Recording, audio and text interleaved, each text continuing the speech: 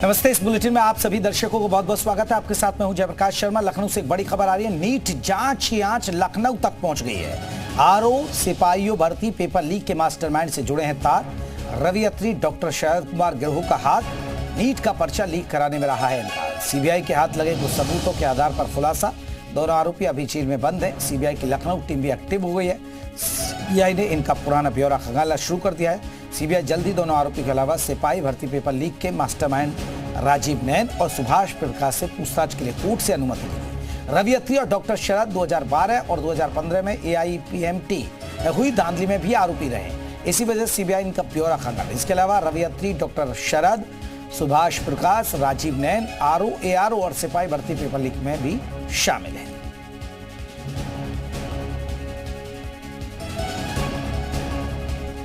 तो बड़ी खबर आपको बता रहे हैं, नीट पेपर से जुड़ी, जिसकी जांच अब लखनऊ तक पहुंची है।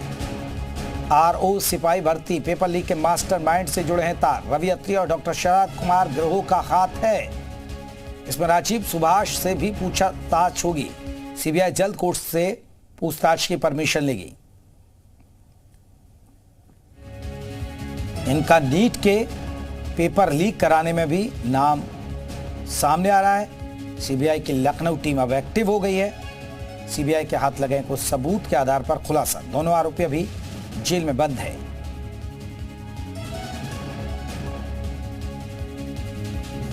तुषार हमारे साथ और ज्यादा अपडेट के साथ जुड़ गए। तुषार, बहुत ही बड़ा मामला हुआ सामने आ रहा है, क्योंकि ये एक पूरी तरह से रैकेट चल रहा था। क्योंकि जो आरओ और सिपाही भर्ती के पेपर लीक के मास्टरमाइंड है, अब उनके भी तार नीट से जुड़े जा रहे हैं।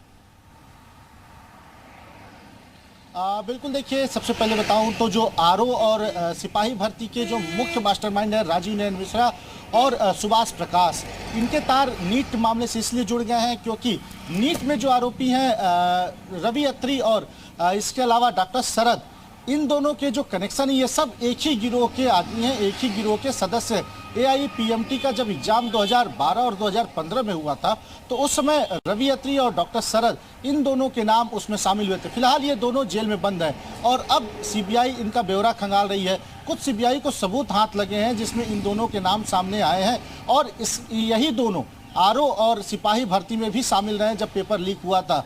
तो हालांकि एसटीएफ इस पूरे मामले की, सिपाही भर्ती वाले मामले की जांच कर रही थी। दर्जन भर से भी ज़्यादा लोगों को जेल तक पहुंचाया है एसटीएफ ने। उसमें राजीव नैन मिश्रा, सुभाष प्रकाश, डॉक्टर शरद और रवि अत्री है। हालांकि हमारे जो सूत्र बता रहे हैं कि इसमें रवि अत्री जेल में रहते हुए भी अपने गिरोह के संपर्क में था, पेपर लीक कराने में इन्वॉल्व था। और यही वजह है कि सीबीआई को कुछ ऐसे तथ्य, ऐसे सबूत हाथ लग चुके हैं जिसमें डॉक्टर शरद और रवि अत्री के नाम सीधे तौर पे सामने आ रहा है। अब सीबीआई रवि अत्री और डॉक्टर शरद, सुभाष प्रकाश, राजीव नैन मिश्रा, इनके पूरे गिरोह से पूछताछ करने की जल्दी कोर्ट से अनुमति मांग सकती है। और इसको लेकर लखनऊ सीबीआई भी एक्टिव हो चुकी है और तमाम चीज़ों को पता लगा रही है। हालांकि एसटीएफ इस पूरे मामले में पहले जांच कर रही थी, लेकिन अब जब से सीबीआई के हाथों में ये जांच गई है, तब से एसटीएफ ने अपनी जांच पड़ताल को रोक लगा दी है उस पर।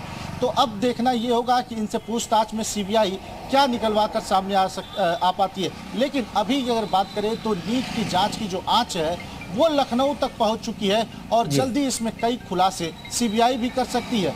आपको बताऊं तो रवि अत्री और जो डॉक्टर शरद हैं, वो इस वक्त जेल में है। उनसे भी पूछताछ की जाएगी, उनका ब्यौरा खंगाला जा रहा है, क्योंकि 2012 और 2015 में ये दोनों एआईपीएमटी का जो पेपर लीक हुआ था उसमें भी इन्वॉल्व थे, उस धांधली में भी इन्वॉल्व रहे हैं। तो ऐसे में इनसे भी पूछताछ की जाएगी, इनसे जानकारी जुटाई जाएगी। और इसके अलावा ये लोग जो सिपाही भर्ती हुआ और इसके साथ ही जो आरओ एआरओ का पेपर जो लीक हुआ, उसमें भी इनके गिरोह का नाम था। ये दोनों जो हैं इन्हीं के गिरोह के सदस्य हैं, राजीव नैन मिश्रा और सुभाष प्रकाश, जो कि मास्टरमाइंड माने जाते हैं आरओ एआरओ और सिपाही भर्ती पेपर लीक के।